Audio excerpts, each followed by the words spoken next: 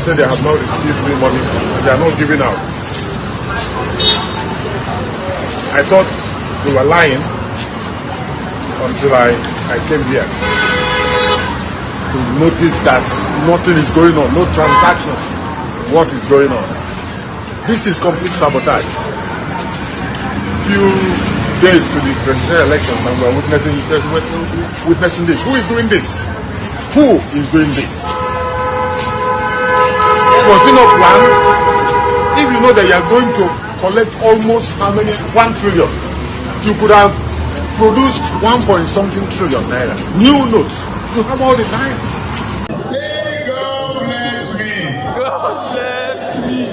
I vote ABC. I vote Labour Party. This is where the saints of God will start singing. As if they pain them, he go dey sweet us. As if they sweet us, he go dey pain them. As if they pain them, he go dey sweet us. As if they sweet us, he go dey pain them. When we dey cry, since we dey lament, we dey say wetin dey happen for this country, this government is not working, no institution, no system, no sector of this country is working. They say make we shut up, say Buhari dey work. That boy, other than Ajiri be name, they carry am go put for TV, make they explain, they use statistics, they lie. They say na so Buhari dey work, na so in perpendicular analysis, in comparison.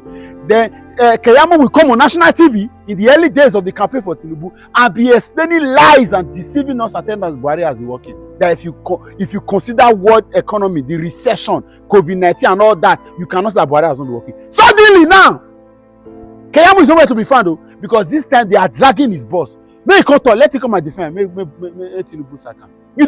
You see when I am pained about Nigerians that keep listening to these politicians, and you ask yourself, all this while we have been complaining, who stood for us, who spoke for us? Did this one not say that Lagos is better, that Buhari is the best president? Somebody even said on national TV that when Buhari leave, we worship him, tell him thank you for what he has done. Suddenly, because of just currency no naira note where they say wait, let us restructure so that money not today, you know they cry.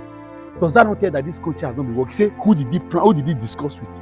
In our suffering as a people, who did the government discuss? Who did your party discuss with? That we should continue suffering. Now for the first time, it don't pay now. So you see the problem with this country. People are just selfish for no reason. They only bother about themselves. Because this Joe Igboku and the rest of them, Femi Fanikayode, Erufa, all of them had money, they had influences, they were in charge of certain things, they were okay, you're not concerned them. When we complaining there's no power. Ordinary power. The same Fashola that said that in 6 months, Nigerian power. This evening I saw anniversary of a post by Muhammadu Buhari that he wrote February 2015, where he said that anniversary to 7 days to change. Now we did so before the election when he won. Now we did so. Have we not gone backer than we were before? As they pain them with the sweet. It's not because this naira, anything about the currency is going to benefit us as a people. But I'm just happy. I'm just happy that for the first time, the people are seeing that this man has already been working. He has been in the office doing nothing. Well, now they complain now. I'm going to allow you to see Joe Igboku's full lamentation, the lamentation of frustrated men. I'm going to bring, if you like me with the verse, I'm going to be bringing videos of the lamentation of these men to you so that you will see for your eye, not to listen to them. How can a party that could not solve our problem, now they're having internal crisis, but they are all out fighting in public place? Now that kind of party want to hand over Nigeria. They don't even have answers. For a party that failed us, we expect that they will sit within themselves and plan a strategy of how they are going to apologize to us and recover the economic poverty of this country, to say how do we get the country back, because we did back, we don't come out for real. I tell you, everybody for this world, the other countries don't queue, we don't come out. We are not even in the lane. We need to wake up Nigeria and say, come take you where you focus with other countries. Now they are fighting themselves and people are joining them. People are even writing to say no, Buhari would. Why are you Ozu? You not get sense. You not get sense. And listen, you go to watch. There's a long video that I've been on my phone for a while. Bishop Kukah. The man is brilliant, and it's not about Peter Obi or anything. It's about a man who understands how this country can work. Take 10 minutes of your time and listen to Bishop Kukah, all the way from Sokoto, analyzing how a country like Nigeria can work, what we need to do. We have a few days to election. These are the videos you need to be seeing now. So at least you can ask yourself, am I making the right choice? Have I chosen to vote for the best candidate who is actually having the best vision for this country? It's not about tribe, not about religion. That's why I played less. about the issues of the Muslim ticket because it's the least of our problem. I'm not saying that you should go and vote in Muslim ticket, but I'm telling you, that's the least. Who has the best economic resuscitation master plan? Who has the best character, commitment, competence, capacity to getting us back on track as a country? Woo! That should be the case. Videos like this will help you to put your mind and share videos like this. Share them, make everybody see. As if they pain them, make it a sweet thought. Make we they tell ourselves, because if we don't get it right this time, forget about it. Thank you. They say they have not received new money. They are not giving out. I thought they were lying until I came here to notice that nothing is going on, no transaction. What is going on?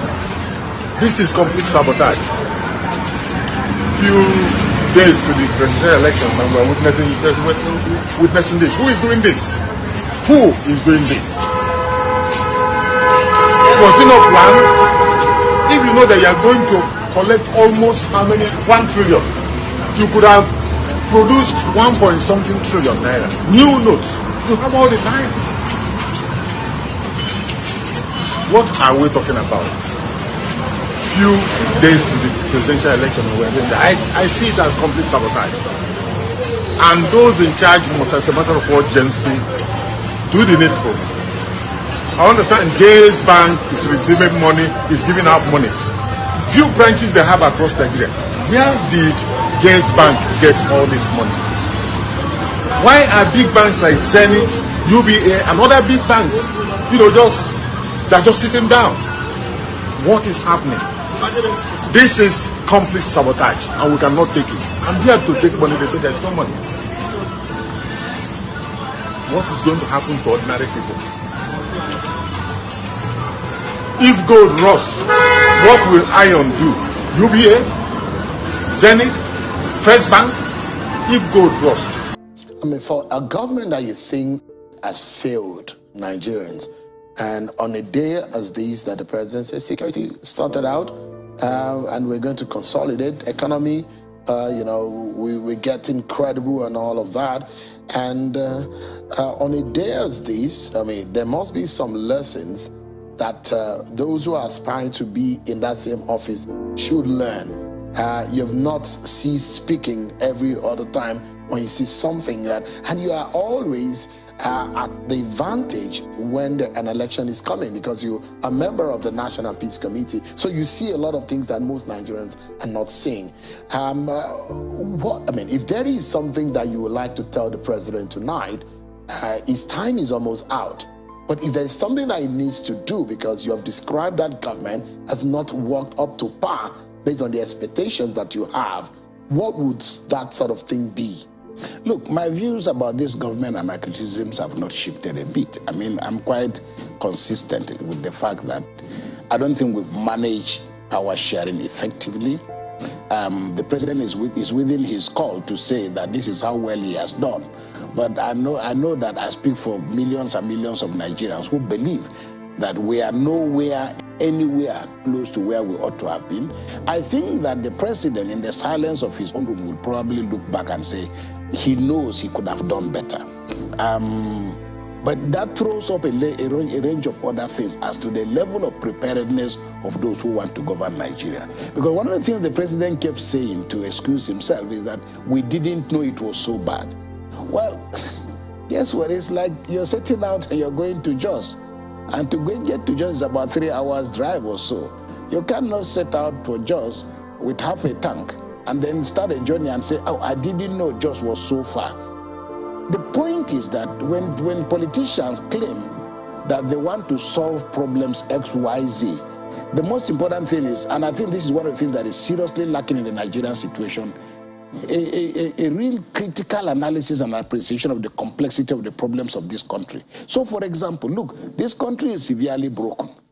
If you're going to fix this country, it takes more than just having the good intentions. Good intentions are sufficient, but they are not enough, to justify. So the issue is that there are forces. I mean, I'm driving around your premises. I drove around here for about 10 minutes. And every time I drive around this premise, I just shake my head. Where is all this money coming from that Nigerians are putting up these gigantic structures all over the place? Where's the money coming from? For a country that is severely malfunctioning, for a country that is the poverty capital of the world. You mean in the Asokoro? Yes. Yeah. And I'm saying, where is all this money coming from? And Nigerians are sick and they are dying. So that tells you, and I've said this severally, and I don't mean, I've said governance in Nigeria is a criminal enterprise. People, I watched The Godfather. I'm sure you know the Absolutely, movie. that's Now, I always tell people the opening scene in The Godfather, this gentleman called Bonacera walks up to the Godfather and he says, look, Godfather, this is what has happened to me. They beat up my daughter, blah, blah, blah. And he says, I went to court, and the judge just looked at me and, gave them a suspended sentence. And he said, because I felt injured by the courts, that's why I've come to you, Godfather. Remember what Godfather says to him. Godfather looks at you and says, why did you go to the court? Why didn't you come to me? Why did you go to the police? That's where we are in Nigeria. That because of this criminality in governance, you now have a situation in which for you to come with a first-class degree, from Oxford, from Harvard, from Cambridge, from anywhere, in petroleum engineering, and think that you can walk into the NNPC and get a job, the gate man will tell you are crazy. That's not how you get a job in Nigeria. If you think that because you've worked very hard in the military, in the police, in all this security, and you think because you're so good, you deserve a promotion, even the people running the system will tell you that's not good enough.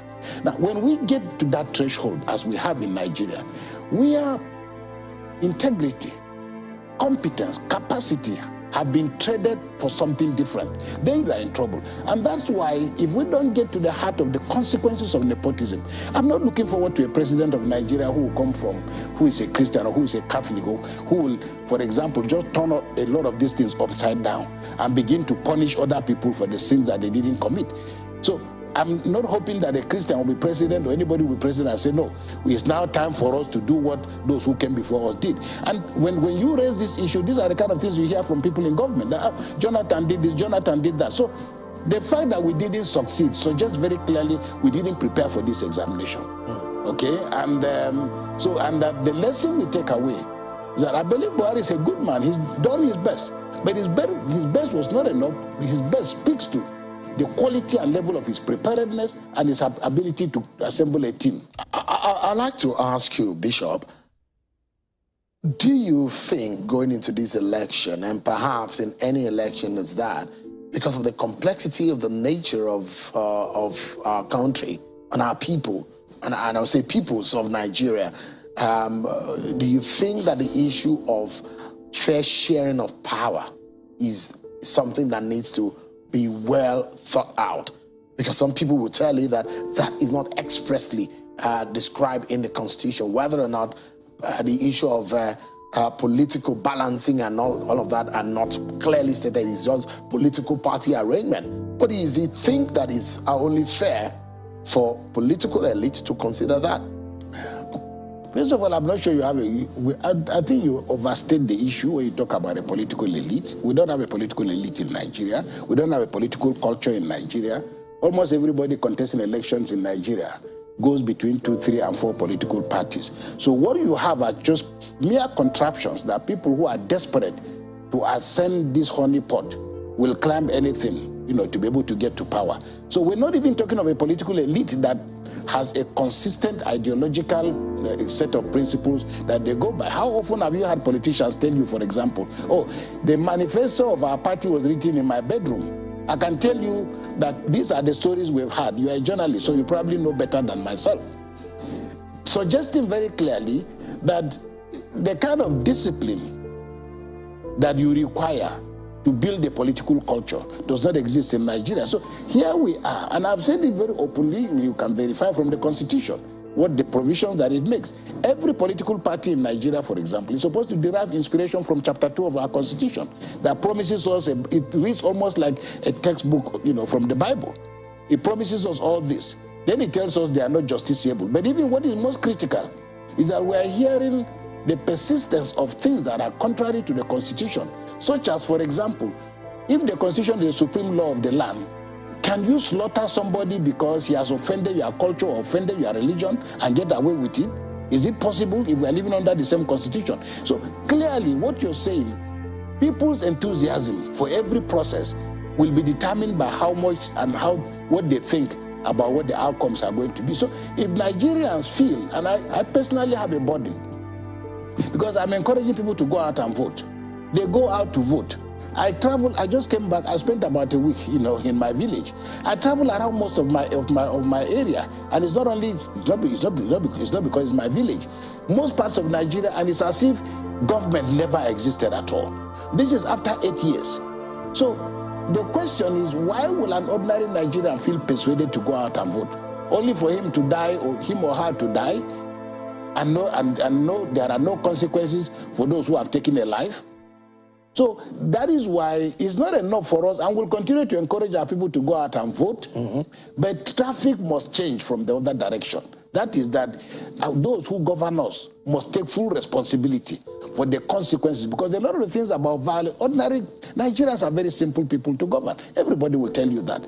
But the battles that we are fighting, the violence doesn't suggest that it's because people don't like one another.